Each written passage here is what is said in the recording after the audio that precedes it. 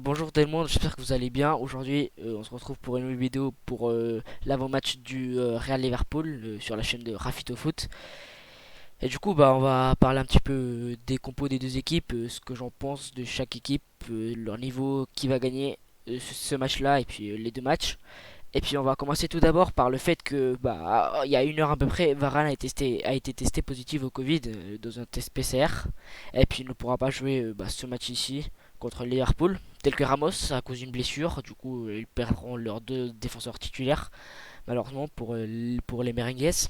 Et puis chez Liverpool, on voit quand même pas mal d'absences, comme par exemple on a Virgil van Dijk, leur mur, leur défenseur qui est très important. On sait tous que sans lui ils peuvent pas aller très loin parce que on a vu en première ligue qui n'ont pas réussi à garder leur première position et puis on redescendu jusqu'à 5ème position depuis que Van Dijk s'est blessé malheureusement. Et puis Johan Henderson, leur capitaine très important pour Liverpool, on sait tous que c'est un très très bon joueur.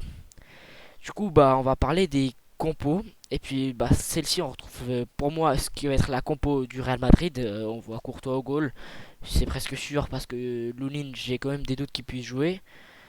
Ferland Mendy, latéral gauche parce que il est très en forme et puis Marcelo devient de plus en plus vieux et puis il joue de moins en moins.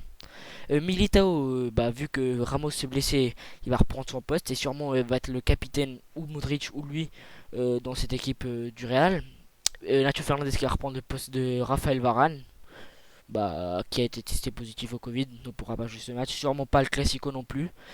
Lucas Vasquez, c'était puis le classico, le premier classico, Lucas Vasquez on l'a vu très très bien en latéral droite, alors que normalement il est attaquant droite.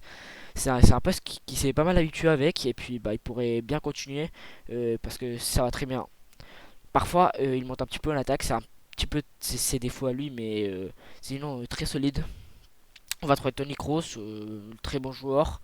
Peut-être pas, c'est pas un joueur qui irait bien avec le Real, mais plutôt avec le Barça en termes de ses passes et tout ça. Je l'ai tout le temps pensé en tant que fan du Barça.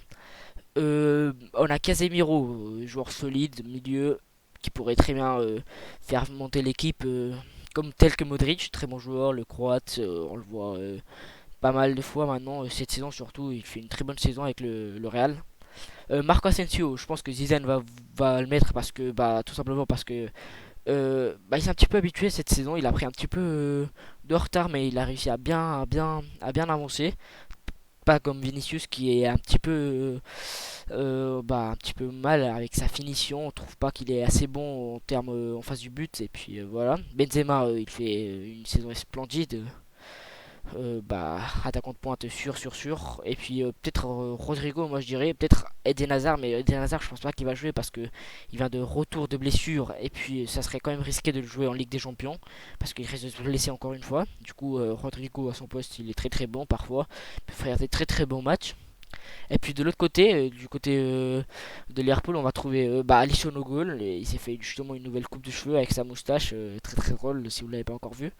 Andy Robertson, l'écossais, très solide en défense, comme d'habitude. Et puis 2-3 ans, il joue très très bien.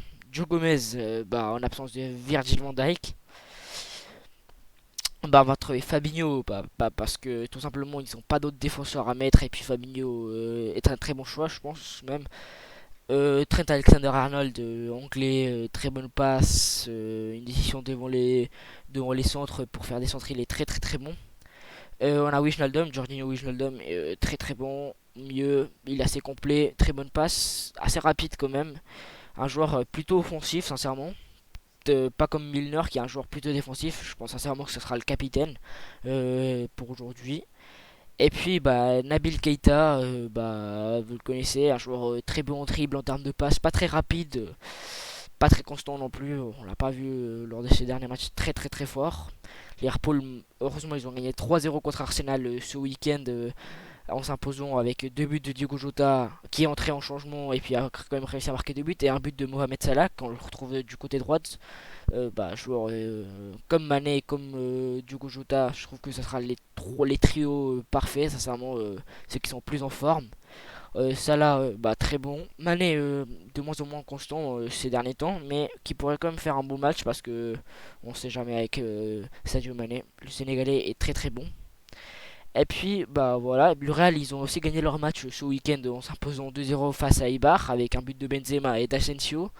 Bah Benzema cette saison est très très bonne, sincèrement je trouve que ça pourrait faire peur aux défenseurs de Liverpool, ça pourrait être un très bon attaquant face aux Anglais.